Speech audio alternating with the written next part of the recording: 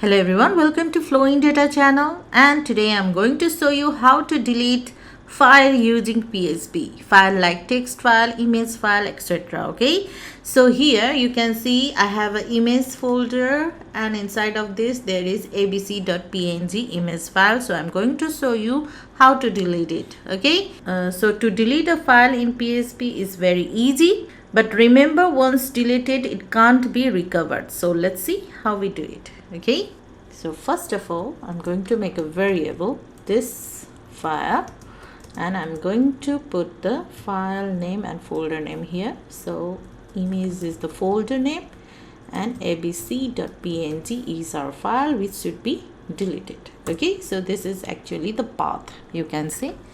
Now I'm going to write the if condition.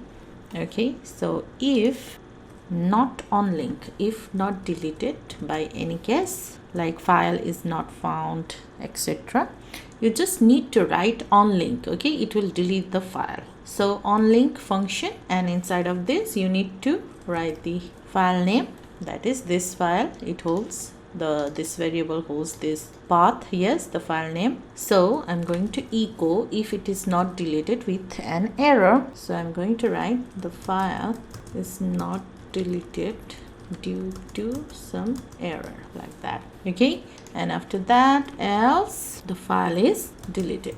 Okay, so now save it. Very easy, isn't it? So you can see the file is deleted because the file present here. Now if you open the folder, the file is gone, already deleted. Okay, now again if we reload it, then the file is not there. Yes, that means it will throw this message, the file is not deleted due to some error. Okay, so fine. So it is very easy.